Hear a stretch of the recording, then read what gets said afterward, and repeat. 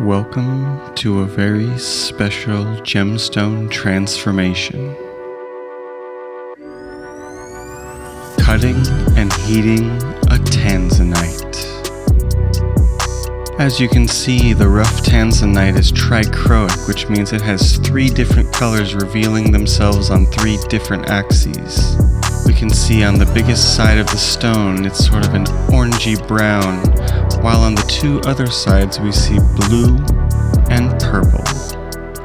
Before I dopped the stone, I did a bit of hand shaping for a preform in order to start what is going to be an emerald cut outline. Now once my preform is dopped, I put the machine onto 96 and I align my preform edges with the lap by feeling, as you can see. I tighten the dop in and I am ready to cut. I start with the 4 sides of the rectangle, which make the outline of the emerald length and width, and then I move it to the corners and start to cut 4 slightly cut corners for that classic emerald cut shape.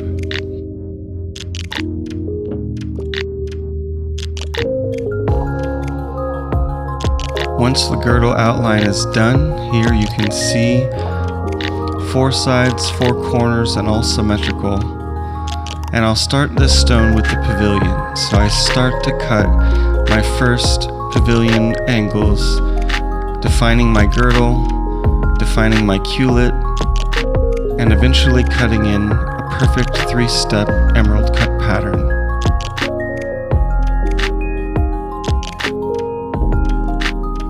Once the cutting's over, I switch to a bat lap with diamond powder, and I start to polish the Tanzanite so that it can reveal its true beauty through the shine of its color.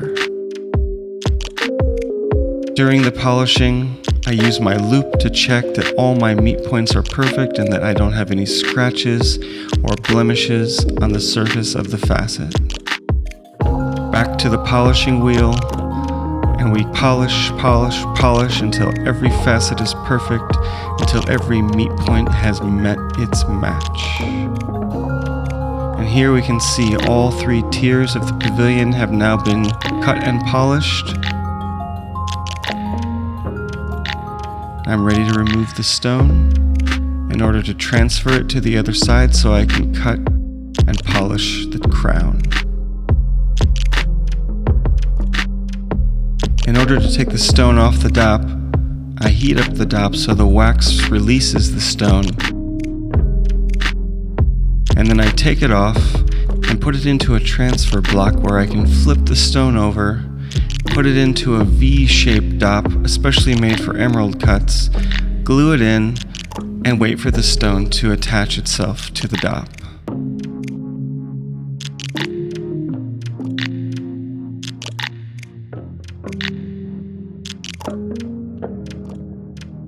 Once the glue is dried, I can take the stone out of the transfer block and put it back into my machine.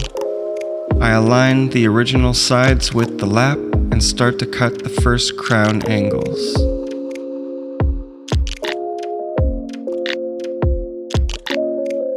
Four sides, 4 corners, and then I repeat the step again for the second tier.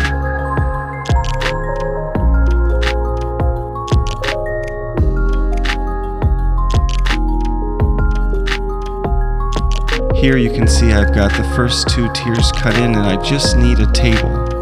But I'm going to need a table adapter to help me do that. Once the table adapter is installed, I align the stone with the adapter and I start to cut in my table to the desired depth.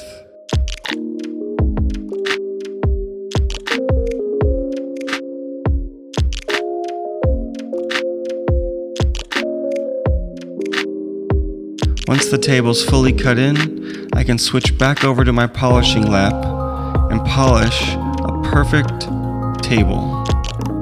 No blemishes, no scratches, perfection.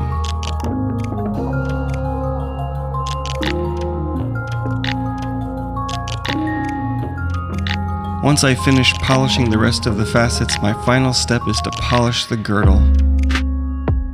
Here you can see all facets have been polished.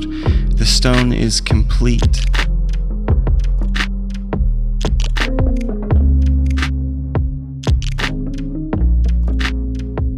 Now we only need to soak it in acetone for the final reveal.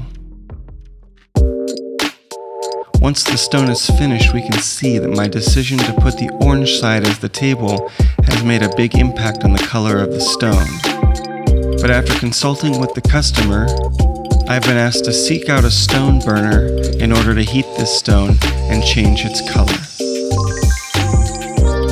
Like alchemy, we burn away the unnecessary to reveal the truth inside. A beautiful, classic, purple Tanzanite. You can see the 3 stages from rough at 5.53 carats to cut at 1.62 carats, and finally the color after the treatment.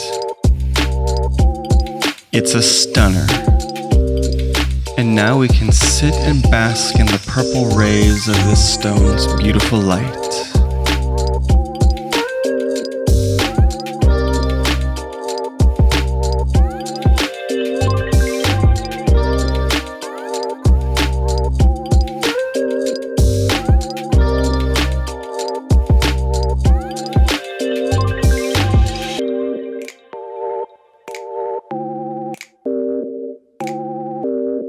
This has been Justin K. Prim for Magus Gems.